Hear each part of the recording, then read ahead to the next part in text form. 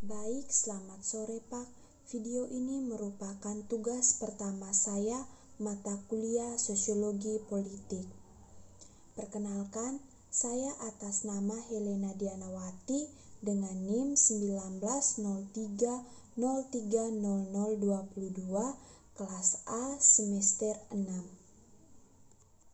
Saya akan mengambil tema potensi pelanggaran etik pada pemilu. Pemilihan umum menjadi salah satu ukuran bagi baik buruknya perkembangan demokrasi sebuah negara. Sedangkan etik menjadi salah satu tolok ukur dalam membangun demokrasi bermartabat, dignified demokrasi. Demokrasi yang bermartabat dimanifestasikan pada bekerjanya prinsip the rule of law yang di dalamnya mengandung prinsip dasar etik sebagai basis nilai values and virtues tertinggi dalam hukum positif yang berlaku. Demokrasi bermartabat dapat dimaknai sebagai praktik demokrasi yang secara prinsip, pengaturan, dan praktik dilandasi oleh fondasi etik yang kuat dan kokoh.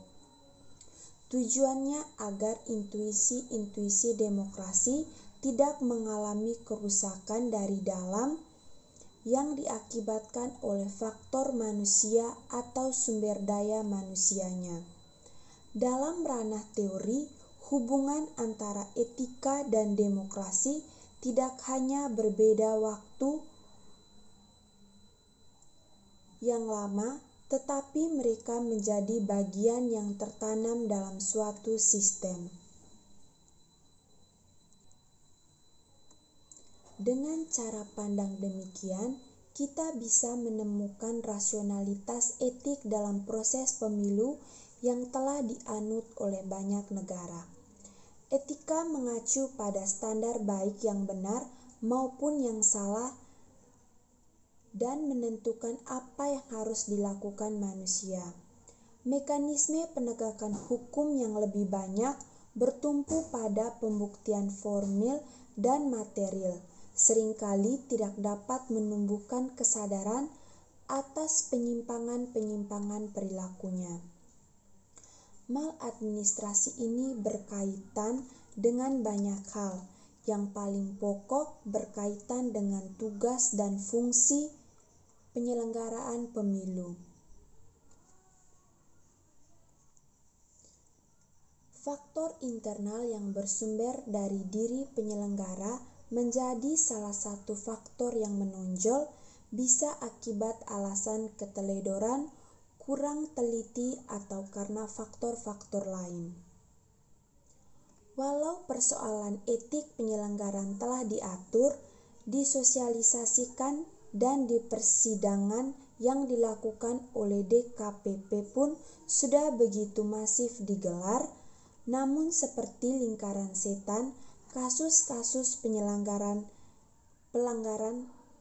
etik bisa saja muncul dan terjadi pada setiap penyelenggaraan pemilu, termasuk pada pemilu paralel 2024 mendatang.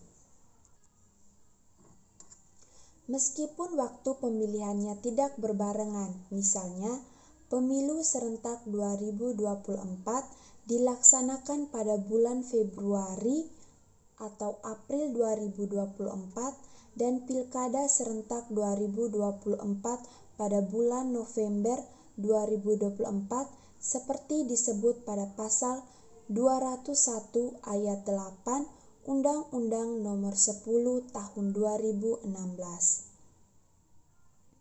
Keseluruhan tahapan pemilu menegaskan bahwa hakikat pemilu bukan hanya saat pemberian suara, tetapi juga berkaitan dengan tahap-tahap lain yang sangat penting dan mendasar yang harus dijamin oleh penyelenggaraan pemilu.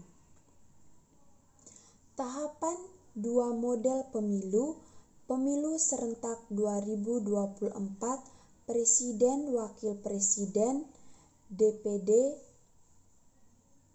DPR dan DPRD bersama waktu dan prosesnya dengan Pilkada serentak 2024 yang disebut sebagai tahapan yang berhimpitan pada dua model pemilu yang secara filosofis dan pengaturan berbeda perlu menjadi fokus penyelenggara pemilu.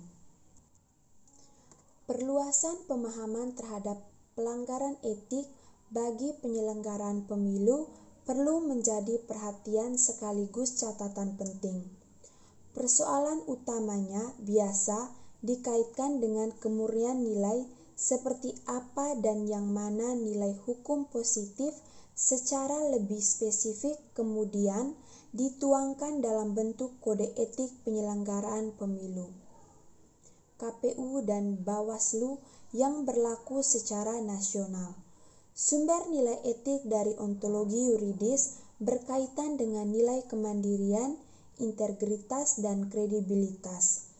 Nilai kemandirian telah menjadi satu nilai perluasan dari pengaturan Undang-Undang Pemilu yang sebelumnya tidak pernah masuk sebagai ranah dalam pelanggaran etik. DKPP telah menetapkan sejumlah nilai etik yang bisa menjerat penyelenggaraan pemilu apabila melanggarnya. Dalam implementasinya, bukan hanya sekedar paham, tetapi perlu menjadikan prinsip etik sebagai dasar dalam membangun budaya modern dalam intuisi penyelenggaraan pemilu dan dalam praktiknya.